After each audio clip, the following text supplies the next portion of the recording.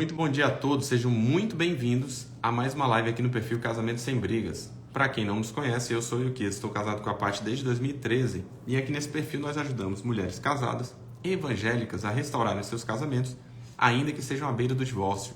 E o tema da nossa live hoje é Prometo amar, cuidar e respeitar. Todo dia pela manhã a gente está fazendo um pequeno devocional e o versículo de hoje foi: com laços de amor e de carinho eu os trouxe para perto de mim.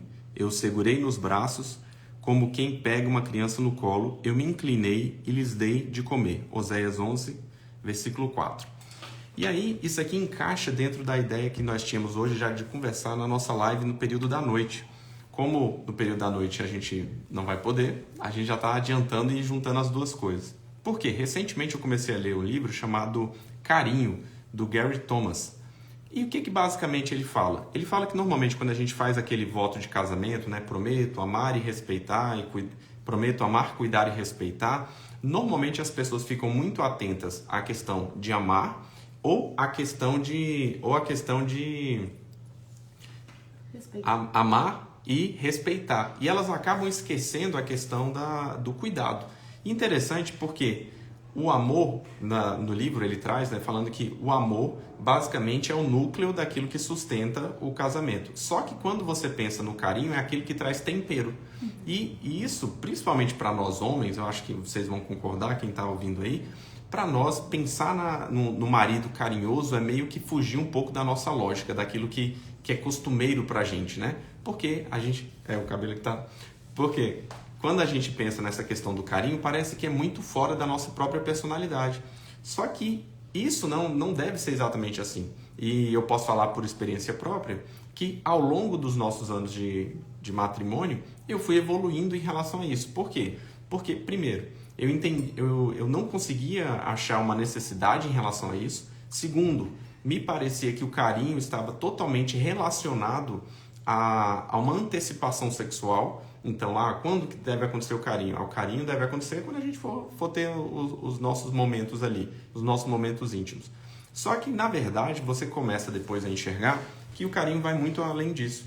Por quê? Porque quando você faz seu voto de casamento, quando você realmente promete ali, você também está prometendo cuidar. E o cuidado, ele acaba exigindo de nós um certo carinho, uma certa aproximação e uma certa demonstração de que aquela pessoa é uma pessoa totalmente diferente das demais do mundo aí. E o que? Mas como assim demais do mundo? É isso mesmo. A partir do momento que você escolhe aquela pessoa para você e aquela pessoa te escolhe, você acaba trazendo para si um determinado compromisso de demonstrar que aquela pessoa é diferente. E é interessante que no primeiro capítulo, o Gary Thomas, ele fala o seguinte, ele traz falando, olha, quando a gente pensa no amor, a gente já está tão acostumado, a gente vê vários livros, e quando você fala do amor, você fala normalmente numa questão mais prática, né? Então você vira e fala bem assim, olha, teremos problemas, teremos determinadas aflições, será um pouco difícil conviver com a pessoa, e você vai suportar isso por meio do amor.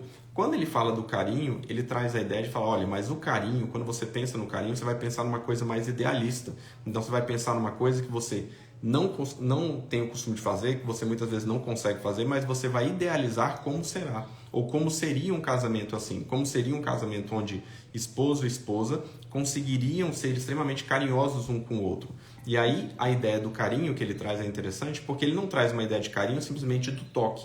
Ele vai trazendo várias formas, depois eu vou falar aqui quais são as formas de carinho, mas ele mostra que quando você pensa no carinho dentro do casamento, você está pensando em trazer aquela pessoa que está, o seu esposo, a sua esposa, trazer para uma situação onde ela se aproxima daquele ideal de Deus. Então, quando eu sou carinhoso com a Paty, quando a Paty é carinhosa comigo, ela está possibilitando ou facilitando que eu me torne aquela pessoa que Deus tinha me projetado para ser, ou seja, o Yukias sem aquele determinado pecado. E aí é interessante que ele vai trazendo, e aí no segundo capítulo ele já fala sobre como seria se você pudesse enxergar o seu marido, a sua esposa como o único homem ou a única mulher da sua vida. E aí ele fala que ter carinho por essa pessoa também é trazer uma certa admiração, de tal forma que a sua base de beleza, que a sua base de comparação seja a sua esposa para a realidade. Ou seja, e o que é isso? Como assim? Quando a gente pensa no belo, quando a gente pensa na beleza, normalmente a gente tem um determinado ideal. Para as mulheres, o homem tem que ter 2 metros de altura. Para os homens, a mulher tem que ser magra. Vamos pegar essas duas situações, essas duas características. Aí ele traz que quando você enxerga com carinho a sua esposa, quando você enxerga com carinho o seu esposo, cabe a você mudar a sua expectativa, a sua perspectiva de vida. Por quê? Porque quando você vai olhar o seu esposo ou vai olhar a sua esposa, a partir daquele momento você não vai mais olhar pegando o seu esposo e comparando com o rapaz de 2 metros de altura. Na verdade, você utiliza, você utiliza como referencial o seu esposo. Então, qual é o padrão de beleza que te agrada? O padrão de beleza que te agrada é exatamente aquele que o seu esposo tem. E por que isso é tão importante? Porque quando você coloca isso como ideal, você vai perceber que as comparações com os outros homens, as outras mulheres, acabam perdendo a relevância. E por que isso é tão importante? Porque quando a gente pensa em amadurecer, em envelhecer ao lado de uma determinada pessoa, se o nosso padrão de beleza, o nosso padrão de formato a ser atingido, forma a ser atingida, né? Então, eu quero que sempre seja magra, eu quero que seja sempre magro. Se você coloca isso, você pode chegar aos 60 anos olhando para a beleza de 25 e desejando. Agora, quando você olha para o seu esposo e coloca aquele padrão ali como referencial, ou seja, é isso aqui que eu considero belo, é isso aqui que eu considero bela, né, em relação à sua esposa, você vai ter a oportunidade de, ao longo da vida, o seu padrão de beleza ir acompanhando também o próprio caminhar natural do corpo humano. Então, se a minha esposa vai envelhecendo, eu vou enxergando beleza nela ao longo dos anos. E isso vai me permitir chegar aos 60 sem estar babando em mulheres de 25, de mulheres de 30 anos. E aí acaba sendo bastante interessante você pensar que isso também é uma forma de carinho, isso também é uma forma de cuidar. Então, quando eu enalteço a beleza da minha esposa, enalteço a beleza do meu marido, eu estou cuidando dele, né? E o terceiro capítulo, que eu gostei muito também, que ele mostra mais ou menos como deveria ser essa dança entre marido e esposa. Ele explica o seguinte, fala, olha, quando a gente pensa no marido, quando a gente pensa na esposa, ambos têm características diferentes. No balé, o bailarino, ele está lá não para ele aparecer mais do que a bailarina, ele não está lá para pular mais do que a bailarina, ele está lá para trazer uma determinada força, para aumentar a beleza da bailarina. Então, quando você pensa nessa situação onde os dois estão trabalhando juntos, onde os dois estão dançando juntos, mas um já sabe que a sua condição é trazer beleza para o outro, você cria uma sintonia, uma sincronia entre os dois que acaba trazendo uma saúde para aquele relacionamento. Então, quando o bailarino está lá, qual o prazer dele? Aonde ele encontra prazer? Ele encontra prazer nos aplausos que o pessoal dá a ele? Não. Ele encontra prazer justamente em ver que aquela beleza que a bailarina já traria foi aumentada pelo apoio dele e ele tem prazer nisso. Então, o prazer dele está em ver o outro brilhar.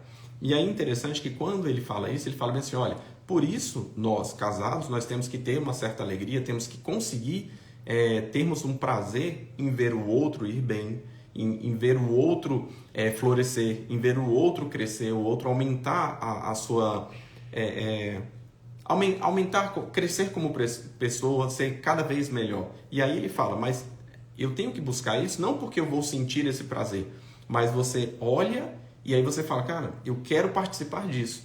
A minha função aqui é trazer isso como primeiro ponto, no lugar de você simplesmente ficar pensando, não, eu estou buscando... Ela me faz feliz, ele me faz feliz, ele me faz crescer. Não, como eu posso fazê-lo?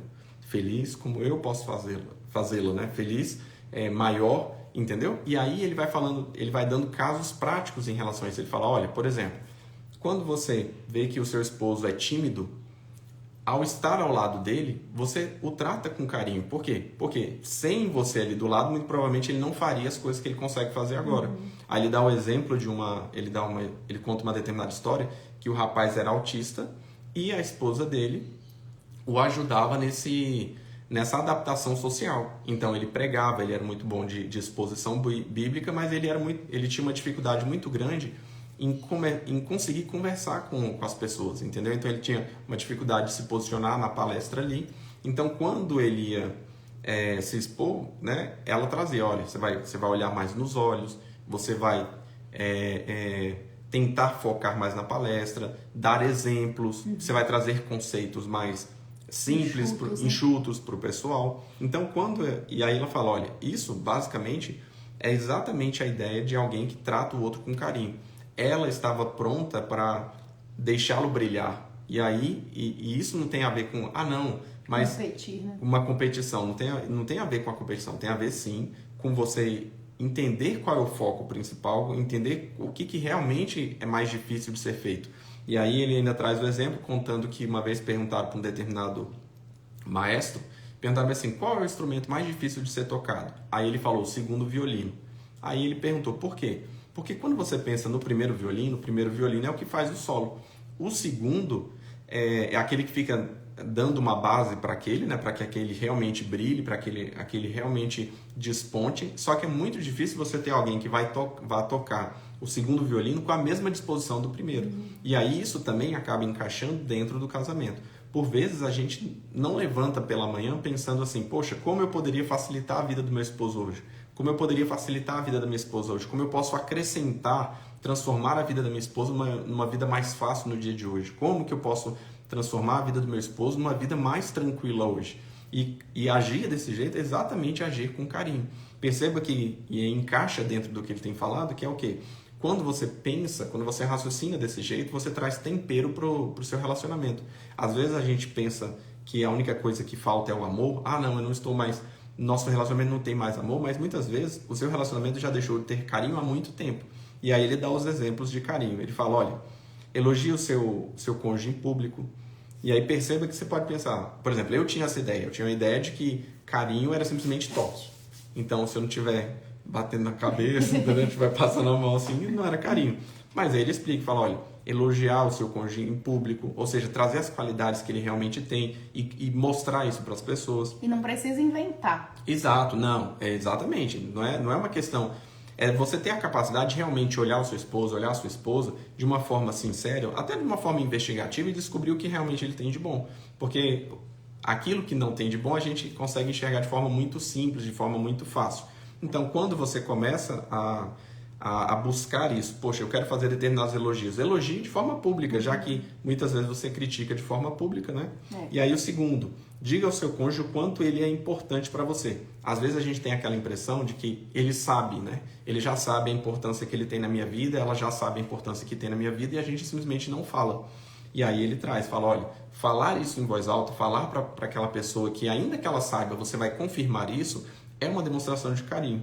Aí ele falou, ouça com atenção o que o seu cônjuge tem a dizer, mesmo que não seja do seu interesse. Isso aqui é uma coisa que a gente fala muito, né?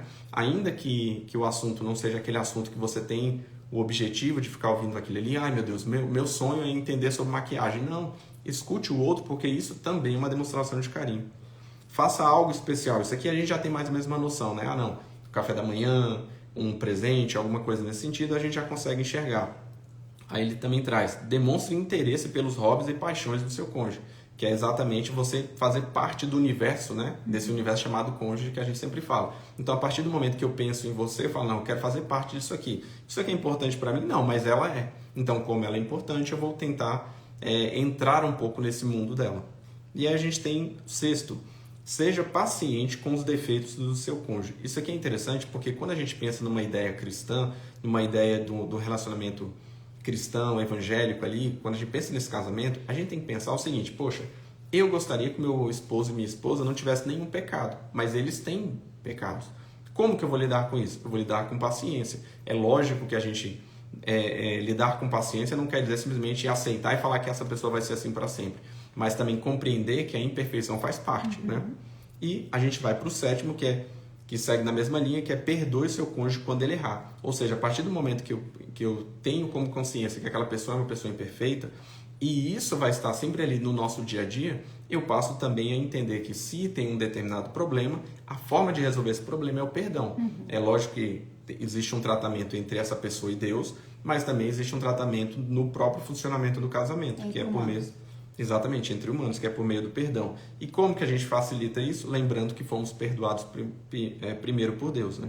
E o oitavo, abrace e toque seu cônjuge com frequência. E é exatamente, né? Eu tinha a ideia de que o carinho era baseado única e exclusivamente nessa situação, onde você toca, onde você passa a mão, né? Ou seja, você está em contato físico, né? Chegava por assim dizer. a confundir até com a linguagem do amor, do toque. Exatamente. Aqui você acaba, muitas vezes a pessoa acaba confundindo, né? Eu tinha essa ideia. E, por último, ou penúltimo, né? Use palavras de afirmação e elogio. Às vezes a gente está tão acostumado só a criticar, só a falar mal, que a gente acha que não falar já é um elogio. Então, por exemplo, se eu não reclamei, se eu não apontei o erro, isso já é suficiente, mas não é, né? Falar, enaltecer a pessoa para ela mesma, né? Falar, elogiar, demonstrar quando ela acerta, né? Demonstrar que entendemos que ambos estão em determinadas batalhas individuais, apesar de ficarmos muitas vezes imersos na nossa própria batalha individual, lembrar disso e falar isso em voz alta também é uma demonstração de carinho. E por último, apesar de não parecer, muitas vezes a gente não considera, mas orar pelo cônjuge e pedir a Deus por ele também é uma demonstração de carinho. Eu demonstro afeto, eu demonstro cuidado quando eu peço a Deus para que você seja cada vez melhor. Eu demonstro cuidado quando eu peço a Deus para que ele realize em você aquilo que ele tinha como projeto inicial, né, antes do pecado.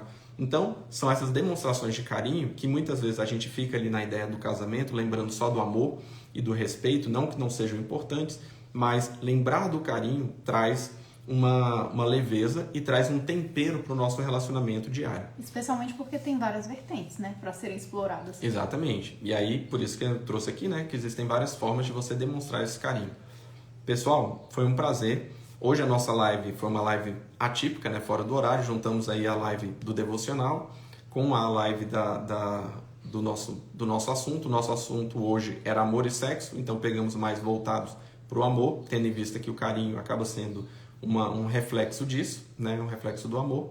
Então, foi um prazer e até amanhã, se Deus quiser. Tchau, tchau, pessoal.